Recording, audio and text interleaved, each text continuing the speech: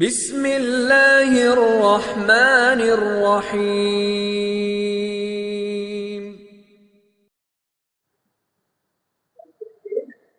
ان الحمد للہ نحمده ونستعینه ونستغفره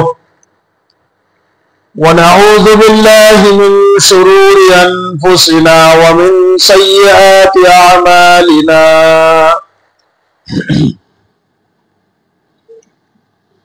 من يهده الله فلا مضل له ومن يضلل فلا هادي له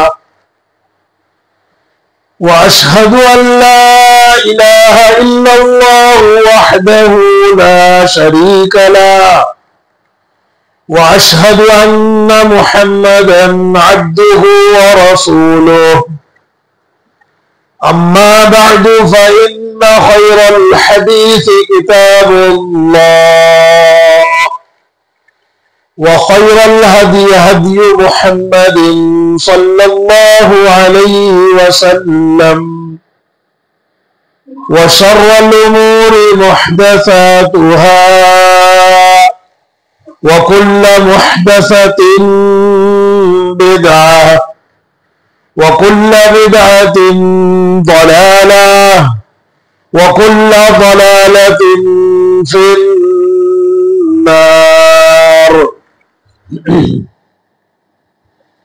أعوذ بالله السميع العليم وبوجهه الكريم وسلطانه القديم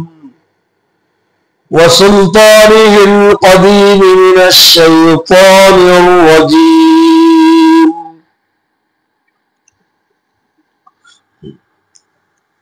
الذين يحملون العرش ومن حوله يسبحون بحمد ربهم ويؤمنون به ويستغفرون للذين آمنوا ربنا وسعت كل شيء رحمة وعلما فاغفر للذين تابوا واتبعوا سبيلك وقهم عذاب الجحيم.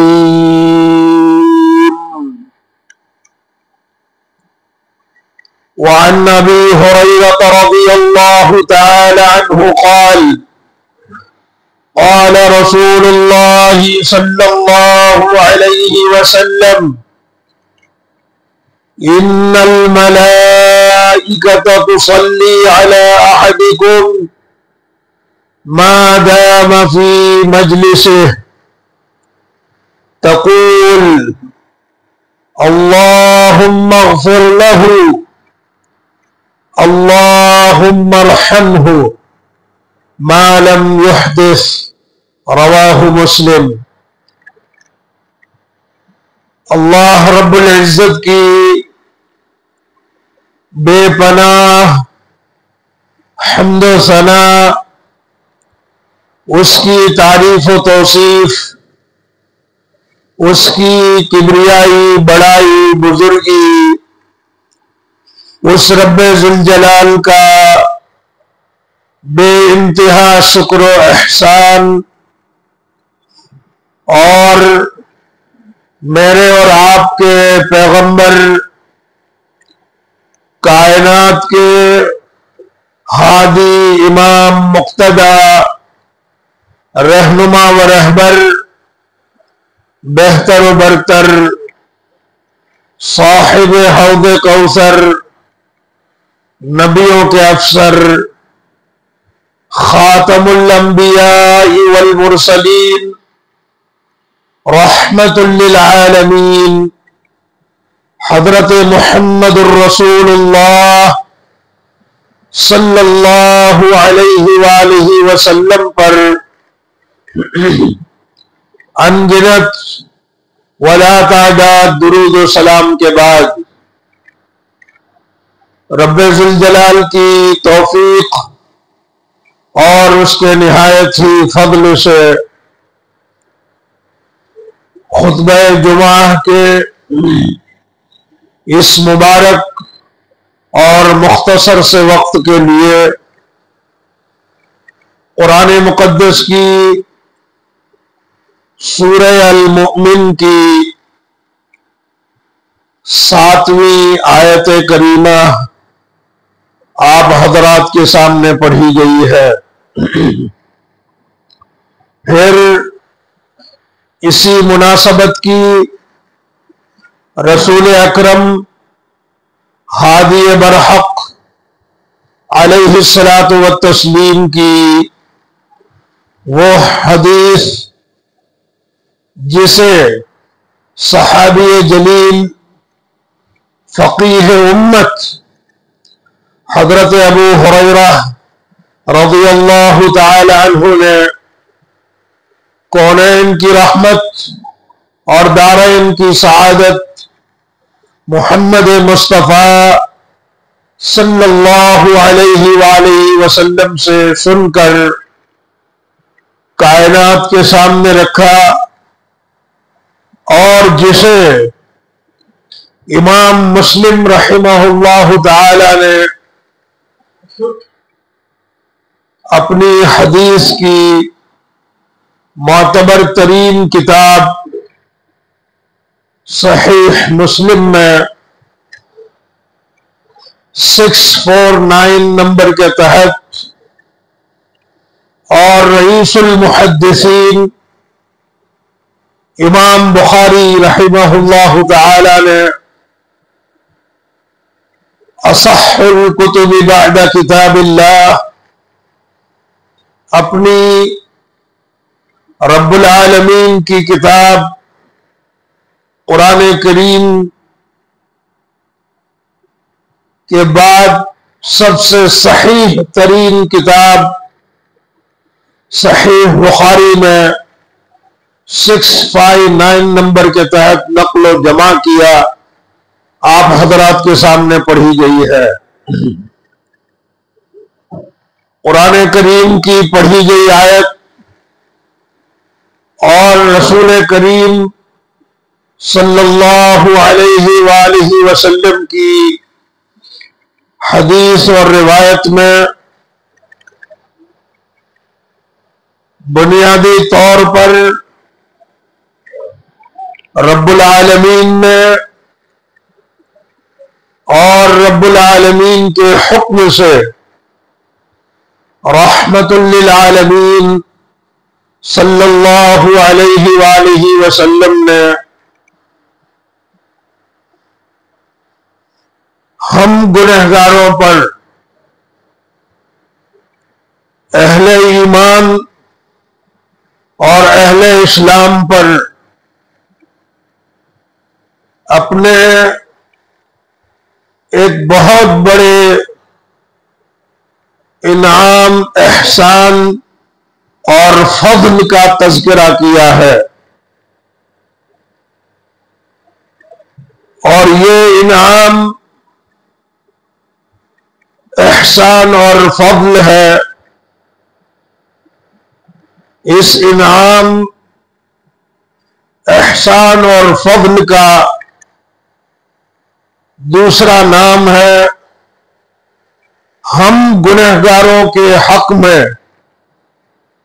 ہمارے لیے فرشتوں کا دعائے رحمت و مغفرت کرنا۔ اس سے پہلے کہ گفتگو آگے بڑھے، مختصر طور پر فرشتوں کو سمجھ لینا نہایت ضروری ہے، تاکہ بعد کی جو بات ہے اس خطبے کا ماحصل اور پیغام جو ہے وہ مرے دم تک سلامت لے جانے کی سعادت اور توفیق نصیب ہو جائے۔ فرشتے سب جانتے ہیں اللہ نے انہیں نور سے پیدا کیا. کہتے ہیں نا نورانی مخلوق ہے. صحیح مسلم کی اما عائشہ صدیقہ رضی اللہ تعالی عنہا کی 2996 نمبر کی صحیح ترین حدیث کے الفاظ ہیں خلقت الملائکۃ من نور. اللہ نے فرشتوں کو نور سے پیدا کیا. وخلق الجان من مارج من نار. اور جنوں کو بھڑکتے ہوئے آگ کے شعلے سے پیدا کیا. وخلق آدم مما وصف لكم. اور آدم کو ہم لوگوں کو اس چیز سے پیدا کیا جس کا تذکرہ اللہ نے قرآن میں کر دیا ہے. سورہ آل عمران آیت نمبر 59. ان مثل عیسی عند اللہ کمثل آدم خلقہ من تراب. اللہ نے آدم کو ہم لوگوں کو مٹی سے پیدا کیا. پھر فرشتے ان کا تعلق سمبندھ یہ غیب سے ہے. ان کا تعلق غیب سے ہے. بظاہر کہیں نظر نہیں آتے، نہ ان کے وہ کام، وہ ڈیوٹیز جن پر رب العالمین نے ان کو مامور، پابند اور تعینات کیا ہے، نہ وہ کام نظر آتے ہیں. پھر بھی فرشتے ہیں. فرشتوں کے وجود پر ایمان لانا، ایمان رکھنا یہ اتنا ہی ضروری ہے جتنا رب کی ذات پر ایمان لانا، ایمان رکھنا ضروری ہے. یہ ہے فرشتے. ان کی حیثیت بیان ہو رہی ہے.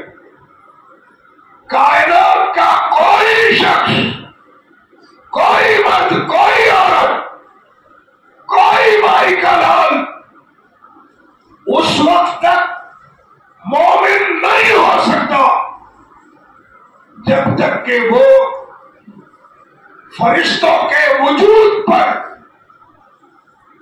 فرشتے ہیں اس بات پر مکمل ترین طور پر ایمان نہیں لے آتا. ایسے کسی شخص کا نہ ایمان معتبر ہے نہ اسلام معتبر ہے.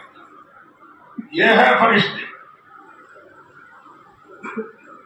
جس ایمان کو اختیار کر کے ہم اپنے آپ کو مومن کہلاتے ہیں، یہ ایمان اس کا ایک لازمی رکن، ارکان اسلام کا ایک لازمی رکن ہی یہ ہے کہ آدمی، مرد ہو یا عورت، وہ مکمل ترین طور پر جس طرح سے رب کی ذات پر ایمان لاتا ہے ویسے ہی فرشتوں کے وجود پر ایمان لائے. یہ ہے فرشتے. پھر ان کی تعداد کیا ہے کہ قرآن میں فیصلہ کن بات اس سلسلے میں کائنات کے سامنے رکھی ہے۔ سورہ المدثر آیت نمبر 31، رب العالمین نے ارشاد فرمایا وَمَا يَعْلَمُ جُنُودَ رَبِّكَ إِلَّا هُوَ۔ ساری کائنات میں روئے زمین کے اوپر، آسمان کے سائے تلے، آسمان سے اوپر، زمین میں، سما میں، مکین میں، مقام میں، آسمانوں میں، زمینوں میں، دریاؤں میں، کوثروں میں، ریگزاروں میں، بحروں بر میں، خشک و تر میں، فرشتوں کی اس قدر بڑی تعداد کوئی جان ہی نہیں سکتا۔ وَمَا يَعْلَمُ جُنُودَ رَبِّكَ إِلَّا هُوَ۔ اللہ کے سوا ان کی گنتی کائنات میں کوئی جان سکتا، یہ ہے فرشتے۔ اور اندازہ لگانا ہے، بات چل نکلی ہے، خطبے کے یہ مختصر سے وقت کسی تفصیل میں جانے کی اجازت نہیں دیتے، ایک دو مقامات سے گزرتے ہیں۔ تعداد کتنی ہے؟ پہلا مقام ہے فرشتوں کا کعبہ۔ جانتے ہیں جس طرح سے اللہ کی عبادت کا پہلا اور قدیم گھر روئے زمین پر وہاں ہے، للتی ببکۃ مبارکہ، جو مکہ مکرمہ کی بابرکت سرزمین ہے۔ اسی طرح بلکہ بالکل اس کی سیدھ میں اگر اس کی چھت سے کوئی اوپر چلا جائے تو آسمانوں پر فرشتوں کا بھی ایک کعبہ ہے، اس کعبے میں وہ پہنچ جائے گا۔ کیا نام ہے اس کا نہیں معلوم، کیوں؟ اس لیے کہ دینداری پر دنیا داری کا غلبہ ہے۔ قرآن نہیں پڑھتے، قرآن نہیں سمجھتے، اللہ نے اس کو ہماری دستور ہدایت، ہمارا دستور ہدایت بنایا۔ رب العالمین نے اس آسمانی کعبے کا نام لے کر قرآن میں اس کی قسم کھائی۔ والبیت المعمور، کیا نام ہے اس آسمانی کعبے کا؟ بیت معمور، البیت المعمور۔ رب نے اس کی قسم کھائی، جہاں کائنات کی اور چیزوں کی قسم کھاتا ہوں، وہی اس کعبے کی اہمیت ہے کہ بیت المعمور کی بھی قسم کھاتا ہوں۔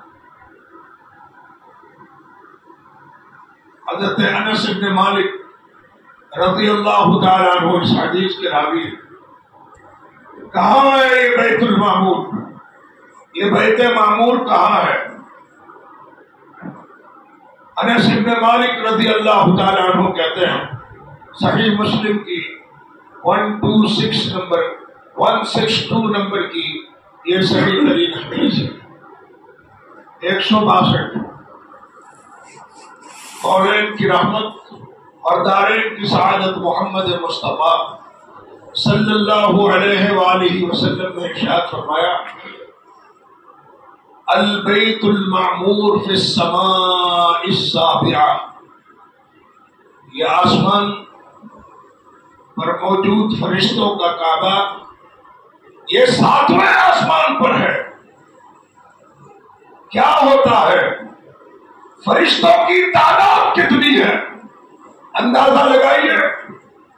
انس بن مالک کہتے ہیں، رسول رحمت علیہ الصلوۃ والتسلیم نے فرمایا، يدخله كل يوم 70,000 ملك ثم لا يعودون إليه حتى تقوم الساعة۔ روزہ ڈیلی اس بیت المعمور میں اللہ کی عبادت کے لیے 70,000 فرشتے روزانہ داخل ہوتے ہیں. کتنے؟ 70,000. 70,000 فرشتے داخل ہوتے ہیں. ثم لا يعودون إليه حتى تقوم الساعة. اب یہ جو 70,000 آج داخل ہو گئے ہیں نا، قیامت کی صبح تک ان میں سے ایک بھی فرشتہ واپس لوٹ کر بیت المعمور میں نہیں جا سکتا، کیونکہ تعداد ہی اتنی ہے. بات سمجھ میں آئی؟ ایک اور جگہ سے گزرتے ہیں. اس کائنات میں ایک ہی نبی ہے جس نے آسمانوں کو اپنے وجود اور اپنی دنیاوی آنکھوں سے دیکھا. یہ شرف کائنات میں کسی نبی کو حاصل اس نبی نے بتلایا، اور جب جا کر دیکھا، دیکھ کر بتلایا. اب اس کو تسلیم کرنے میں کوئی شک ہو سکتا ہے، اور جسے شک ہو اس کا اسلام خطرے میں ہے، اس کا ایمان ہی معتبر نہیں ہے. اس رسول نے آنکھوں دیکھا حال بیان کیا. میں نے آسمانوں کی سیر کی، ایک ایک آسمان کو دیکھا. کونین کی رحمت کیا دیکھا؟ کہا میں نے دیکھا ما رأیت فیہا من 4 اصابع الا وملک واضع جبہتہ. میں نے دیکھا کہ 7 کے 7 آسمانوں میں کسی آسمان میں ما فیہا موضع 4 اصابع، ایک 4 انگلیوں کے برابر اتنی جگہ بھی کسی آسمان میں ایسی نہیں دیکھی جہاں رب کا کوئی نہ کوئی فرشتہ اللہ کے حضور اپنا ماتھا ٹیکے ہوئے نہ. 4 انگلیوں کی جگہ بھی 7 آسمان کتنے بڑے، کوئی پیمائش نہیں کر سکتا. یہ ہے تعداد. اب ان کا وصف کیا ہے، خوبی کیا ہے، صفت کیا ہے؟ تو پہلی صفت اور خوبی تو خطبے کے شروع میں پڑھی گئی آیت سورہ المومن آیت نمبر 7 میں رب العالمین نے ارشاد فرمایا یسبحون بحمدہ ویؤمنون بہ. رب کی ذات پر مکمل ترین طور پر ایمان کے ساتھ، ایمان کی پختگی کے ساتھ ہر وقت، ہر آن، ہر پل وہ اللہ کی حمد و ثنا کرتے. کیا کرتے ہیں؟ حمد و ثنا کے گن گاتے ہیں. اور وہاں سورہ البقرہ آیت نمبر 30 رب العالمین نے فرشتوں کا کلام کوٹ کیا. وَنَحْنُ نُسَبِّحُ بِحَمْدِكَ وَنُقَدِّسُ لَكَ. اللہ ہم فرشتے ایک پل بھی ہمارا ایسا نہیں گزرتا جب ہم تیری کبریائی کے، بڑائی کے، عظمت کے، حمد و ثنا کے گن نہ گاتے ہو. اور وہاں سورہ التحریم آیت نمبر 6 رب العالمین نے فرشتوں کا وصف، ان کی صفت ڈکلیئر کرتے ہوئے ارشاد فرمایا لا يعصون اللہ ما امرهم ويفعلون ما يؤمرون. کائنات کی اکلوتی مخلوق جس کے دامن میں گناہ نام کی ایک بھی چیز موجود نہیں، بے گناہ مخلوق، معصوم للخطا مخلوق. اور ایسا نہیں ہے کہ وہ گناہ نہیں کرتے، بلکہ بات یہ ہے کہ گناہ ان سے ہو ہی نہیں سکتا. یہ فرشتے ہیں. اور وہاں سورہ الانبیاء آیت نمبر 26 لکھ کر لے جائیے. رب العالمین نے فرشتوں کا وصف، ان کی خوبی ڈکلیئر کرتے ہوئے ارشاد فرمایا وَقَالُوا اتَّخَذَ الرَّحْمَنُ وَلَدًا سُبْحَانَهُ بَلْ عِبَادٌ مُكْرَمُونَ. جن لوگوں کو، جس معاشرے، سماج اور سوسائٹی کو سب سے پہلے اسلام سے سابقہ پڑا تھا، جو اولین اسلام کے مخاطب تھے، وہ کفار و مشرکین مکہ تھے، عرب اور حجاز کے مشرکین تھے. یہ لوگ فرشتوں کے وجود کو تو تسلیم کرتے تھے، لیکن اپنے باطل عقائد اور نظریات کی بنیاد پر نعوذ باللہ وہ کہتے تھے کہ یہ فرشتے اللہ کی بیٹیاں ہیں، عورتیں ہیں. رب العالمین نے قرآن مقدس میں جگہ جگہ اس باطل عقیدے کو کنڈم کیا، اس کی تردید کی. یہاں سورہ الانبیاء آیت نمبر 26 میں رب العالمین نے ارشاد فرمایا وَقَالُوا اتَّخَذَ الرَّحْمَنُ وَلَدًا. یہ کہتے ہیں کہ اللہ کی کوئی اولاد ہے، اور نعوذ باللہ کیا فرشتے اللہ کی بیٹیاں ہیں.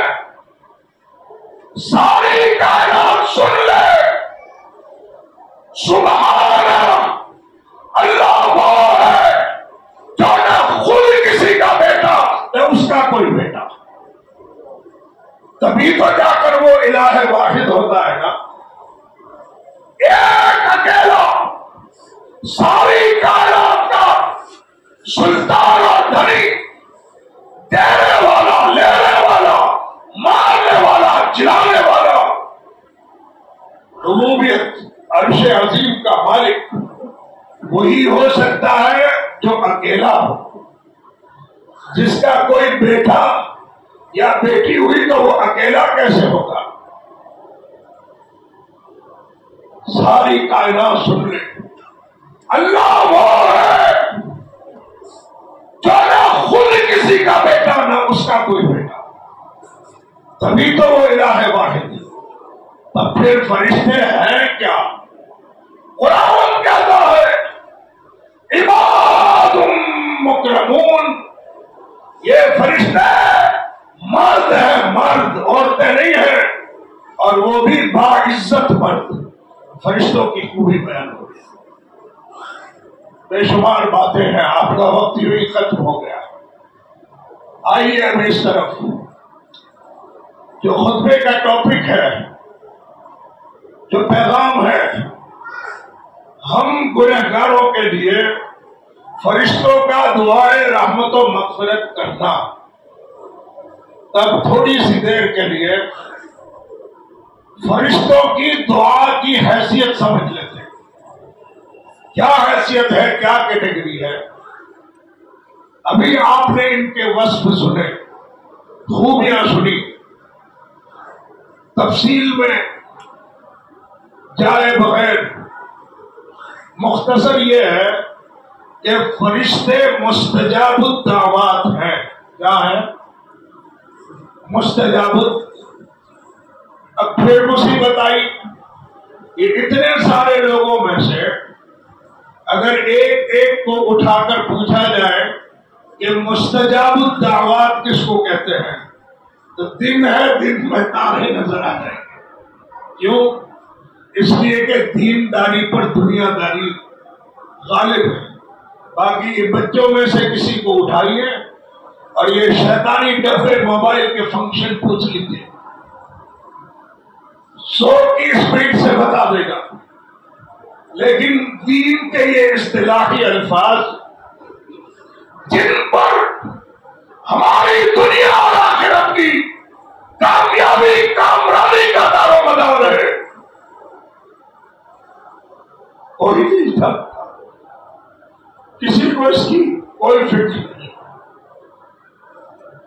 مستجاب الدعوات کہتے ہیں اس کو جس کی کوئی دعا رب کی بارگاہ سے رد ہوتی. بات سمجھ میں آئی؟ جس کی دعا منہ سے نکل گئی،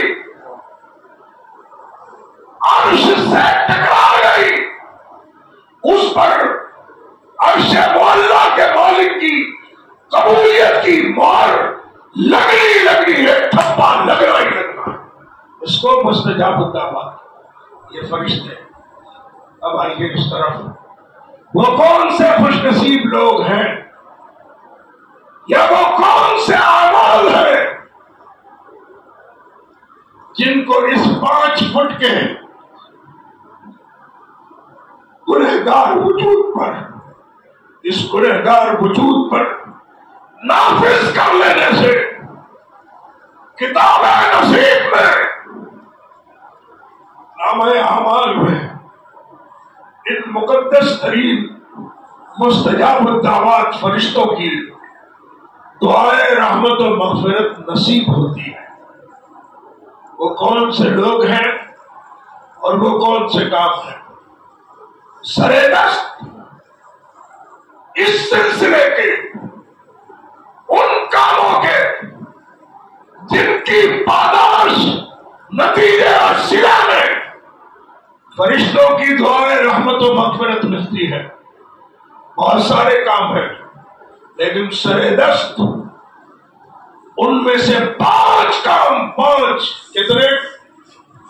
5 کام اس رب العالمین کے اس گھر مسجد سے جڑے ہوئے. مسجد سے کتنے کام؟ کم تو نہیں ہے نا؟ 5 کام، 5 کام جن سے فرشتوں کی دعائیں رحمت و مغفرت میسر ہوتی ہے.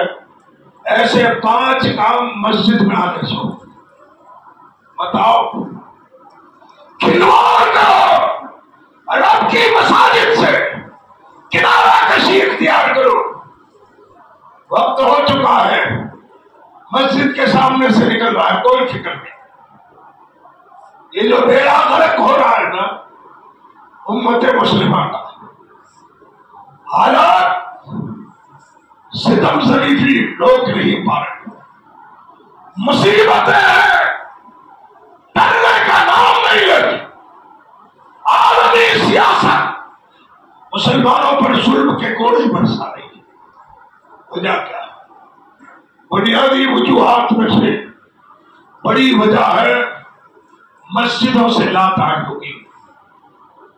اور ایک مسجد میں ممبر رسول پر جمعے کے ذکر کی محفل میں کھڑا ہوا ایک ادنا سا رسول رحمت علیہ الصلوۃ والتسلیم کا نائب.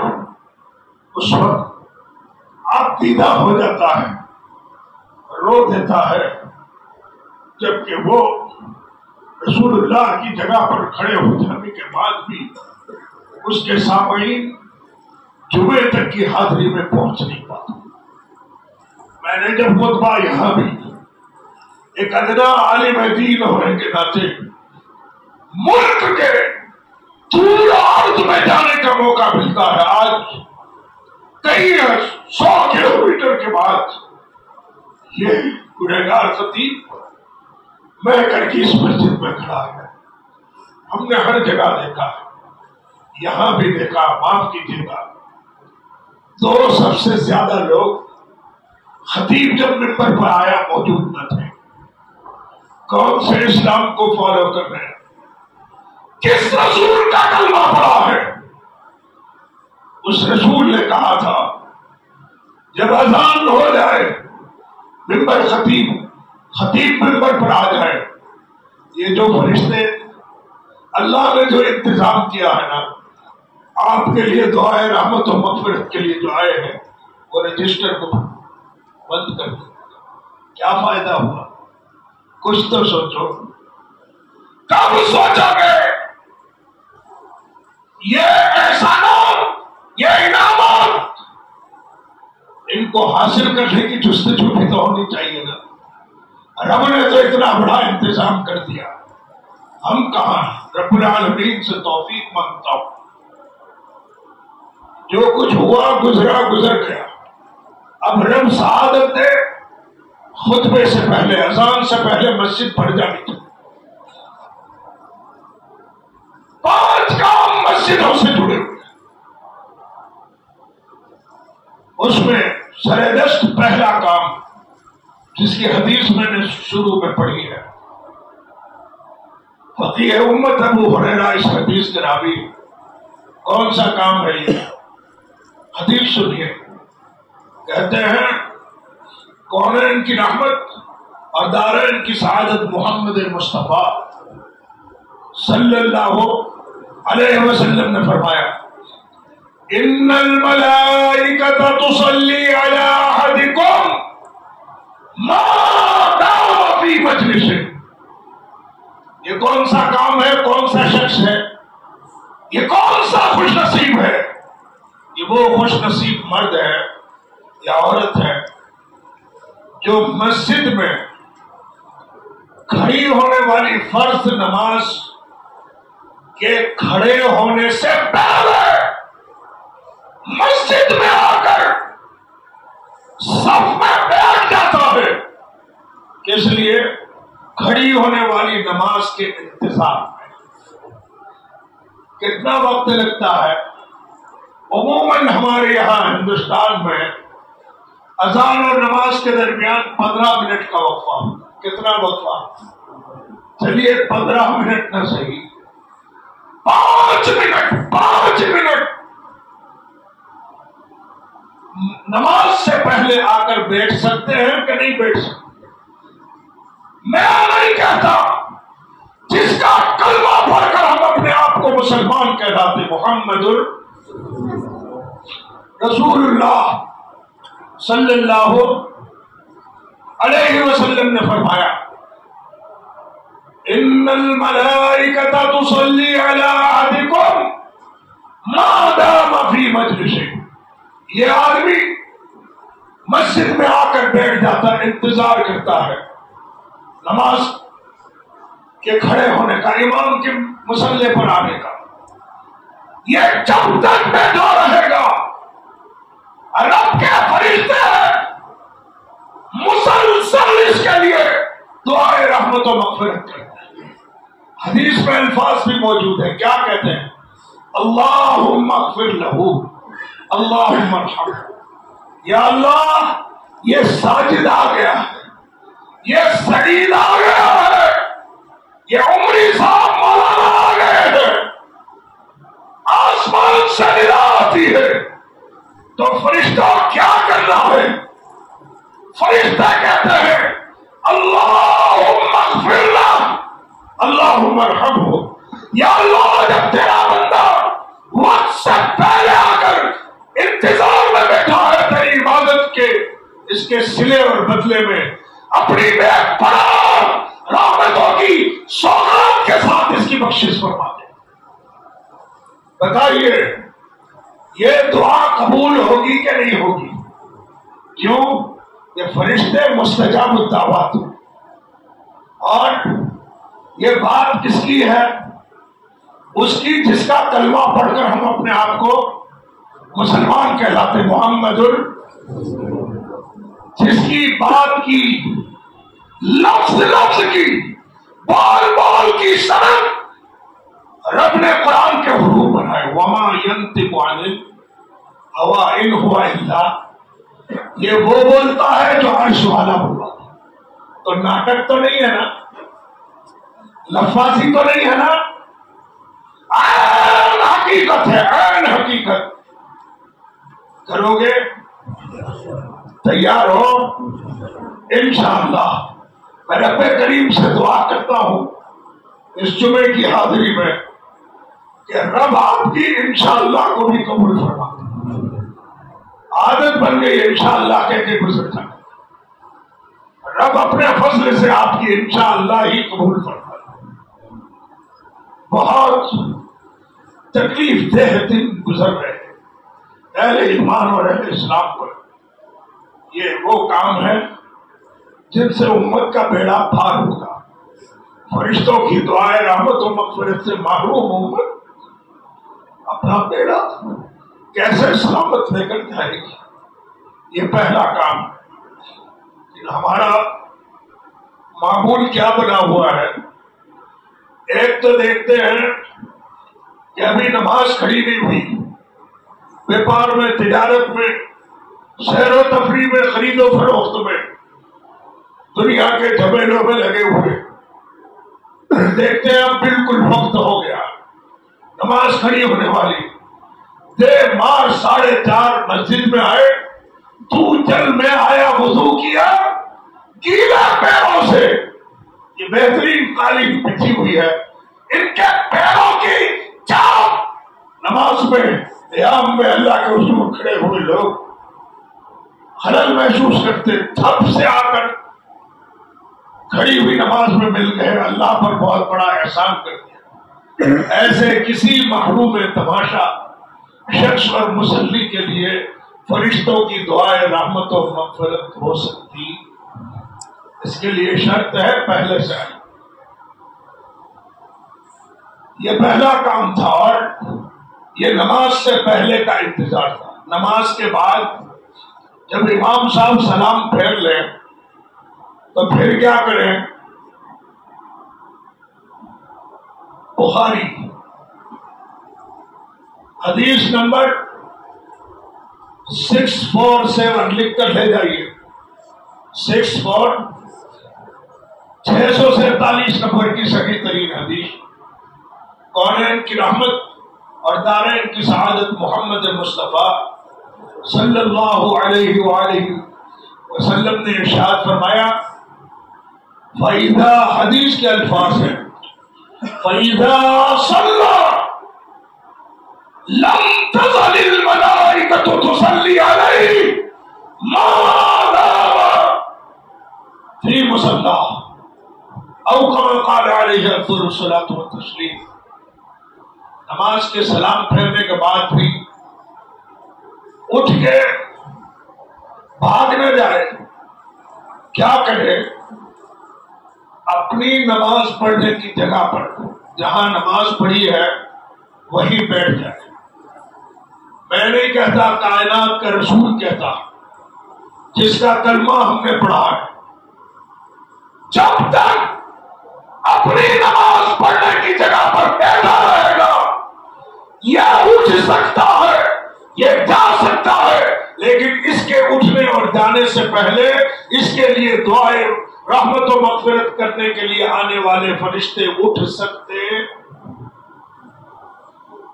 ہمارا معمول کیا ہے؟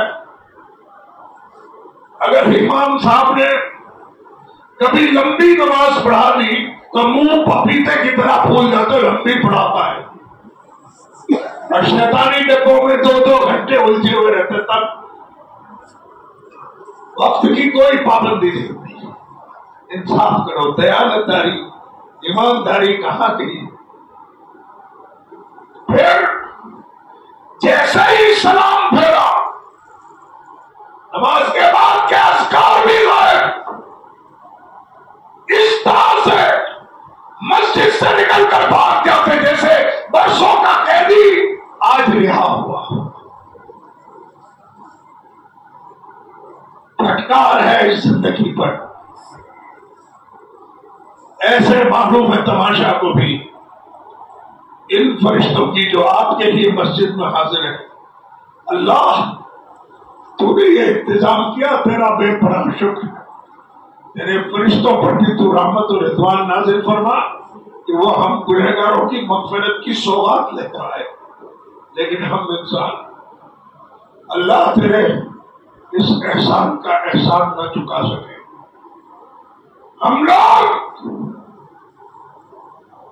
جن کے لیے یہ دعائے رحمت و مغفرت کا انتظام کیا گیا، ہم دماغ پھاڑ دینے والی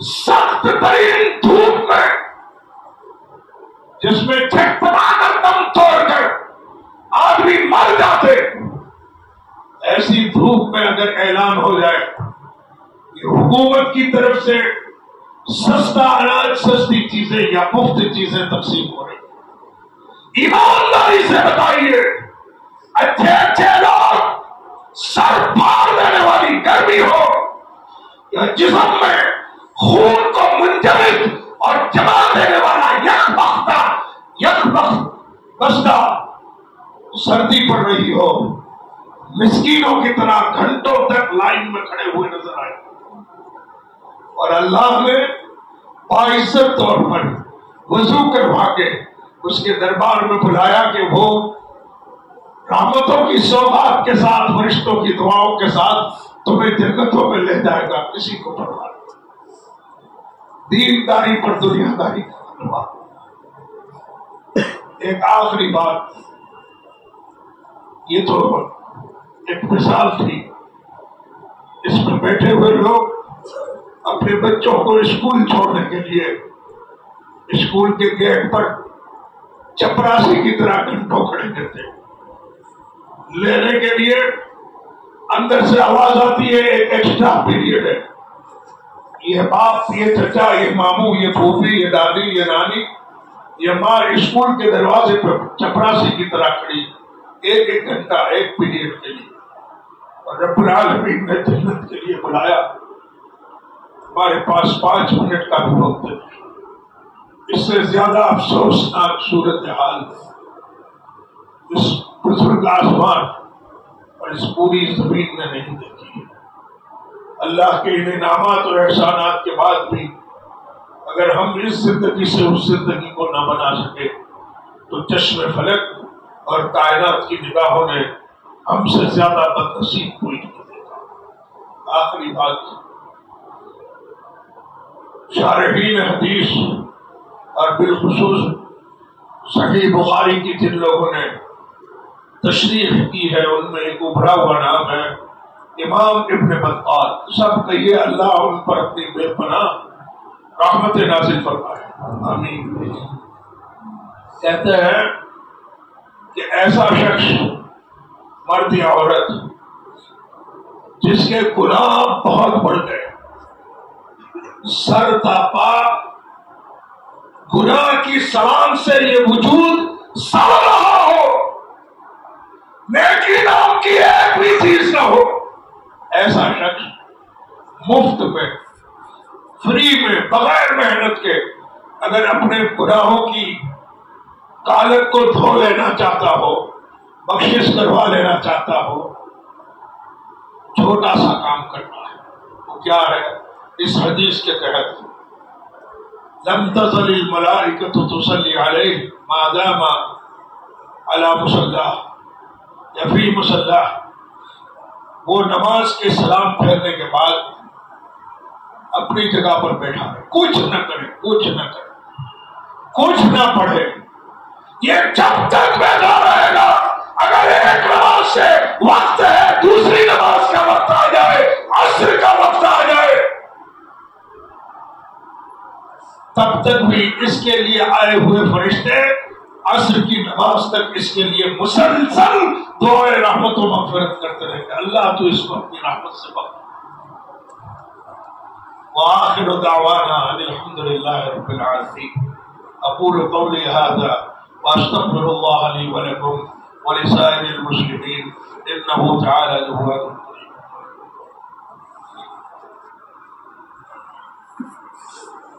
ان الحمد لله نحمده ونستعينه ونستغفره ونعوذ بالله من شرور أنفسنا ومن سيئات أعمالنا من يهده الله فلا مضل له ومن يضلل فلا هادي له وأشهد أن لا إله إلا الله وحده لا شريك له وأشهد أن محمدا عبده ورسوله أما بعد فإن خير الحديث كتاب الله وخير الهدي هدي محمد صلى الله عليه وسلم وشر الأمور محدثاتها وكل محدثة بدعة وكل بدعة ضلالة وكل ضلالة في النار. إن الله يأمر بالعدل والإحسان وإيتاء ذي القربى وينهى عن الفحشاء والمنكر والبغي يعظكم لعلكم تذكرون. اذكروا الله يذكركم وادعوه يستجب لكم ولذكر الله أكبر والله يعلم ما تصنعون. سبسکرائب کیجئے ہمارے چینل اور دبائیے بیل کا آئیکن تاکہ آپ کو ریگولر نوٹیفیکیشن اپڈیٹس مل سکے.